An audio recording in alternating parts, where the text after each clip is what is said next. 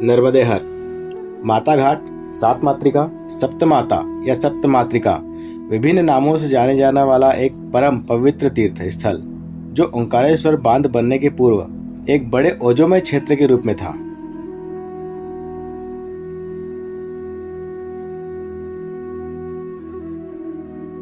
ओंकारेश्वर से पूर्व दिशा की ओर लगभग 3 से 4 किलोमीटर की दूरी पर मां नर्मदा जी के दक्षिण तट पर एक पवित्र पावन तीर्थ सात मात्रा सप्तमातृका के नाम से जाना जाता था।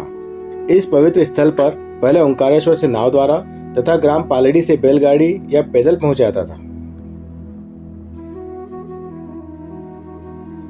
यह स्थल एक टीले की ऊंचाई पर था जहां पर मां नर्मदा जी की बाढ़ से आने के कारण एक रेत की ढलान का निर्माण हुआ था, जिस पर चढ़ना अपने आप में एक पर्वतारोही जैसा लगता था।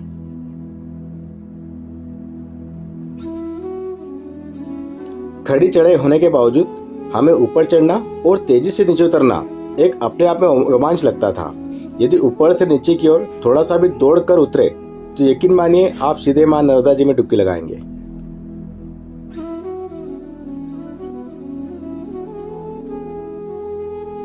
अत्यंत शोभनीय और शांति से ओतप्रोत स्थल, जिसमें उत्तर में मां नर्मदा जी, पूर्व, दक्षिण एवं पश्चिम में घना जंगल था।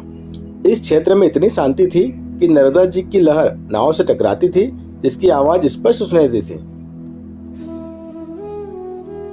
सात मातृका मंदिर पहुंचने पर मंदिर के स्वागत द्वार पर 2 बड़ी बड़ी मूर्तियां थी, जो कि द्वारपाल या रक्षक के समान प्रतीत होती थी।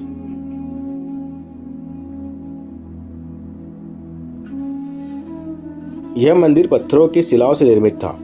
इस मंदिर में पूर्व दिशा में भैरवनाथ, कुमारी और माहेश्वरी देवी है और दक्षिण दिशा में ब्रह्माणी, वैष्णवी और इंद्राणी देवी है और पश्चिम दिशा में वाराही, चामुंडा और गणेश जी की अलौकिक प्रतिमा है। मंदिर के प्रांगण में ही एक खंबे पर एक ऋषि की प्रतिमा है जो उत्तरमुखी तथा तपस्यारत है। यह महान तपस्वी कौन है, यह एक रहस्यपूर्ण है, जिनकी याद में यह मूर्ति बनाई गई थी। मंदिर के बाहरी भाग में चक्रवाली माता, भगवान महाकाल, दक्षिण मुखी हनुमान जी महाराज और साथ ही कपला भाई की प्रतिमा है। इस मनोहरे परिक्षेत्र में सीताफल की झाड़ियां तथा साथ ही फूलों की बगिया थी, जो विभिन्न प्रकार के पुष्पों से आच्छादित थी।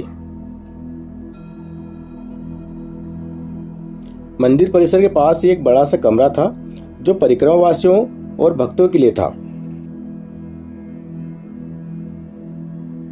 नवरात्रि के समय यहाँ पर माता के दर्शनों के लिए श्रद्धालु आते थे।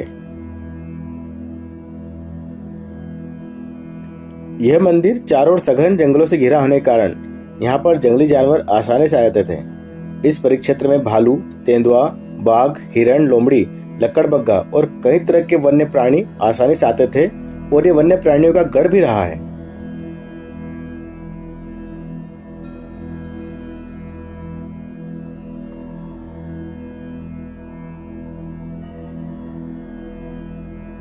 सात मातृका मंदिर में बहुत विरले लोग ही रात रुकते थे, अन्यथा आरती के ठीक पश्चात कोई भी नहीं रुकता था, सब चले जाते थे।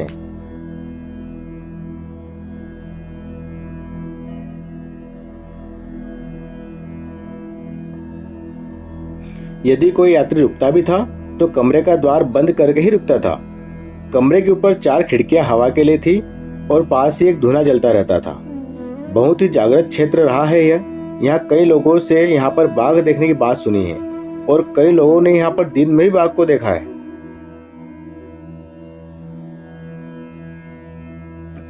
एक रात्रि विश्राम करने वाले व्यक्ति ने अपने अनुभव हमसे साझा किए। उन्होंने कहा कि रात में चारों ओर जानवरों की आवाज से कोलाहल मच जाता था।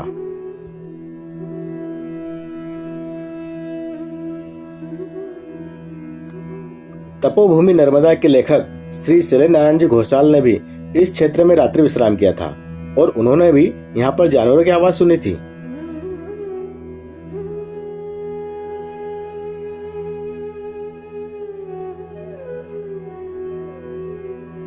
नर्मदा रहस्य पुस्तक में वर्णित है कि किसी समय इस स्थान पर 2 ठाकुरों ने भी सिद्धि प्राप्त की थी।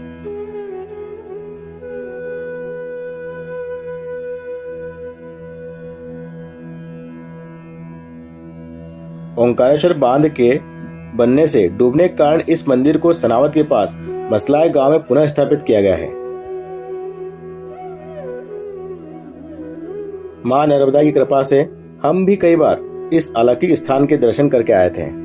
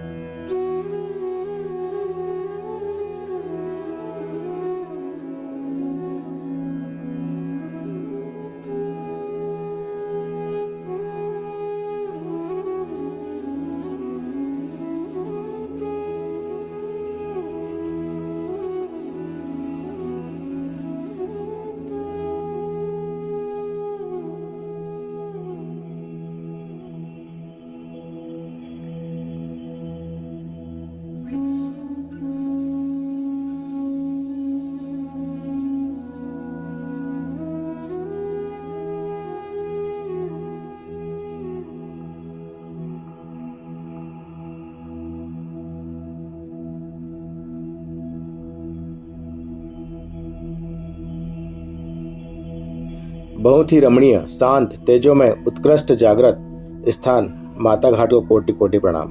मां नर्मदा रहस्य ब्रह्मोदत्रे। धन्यवाद।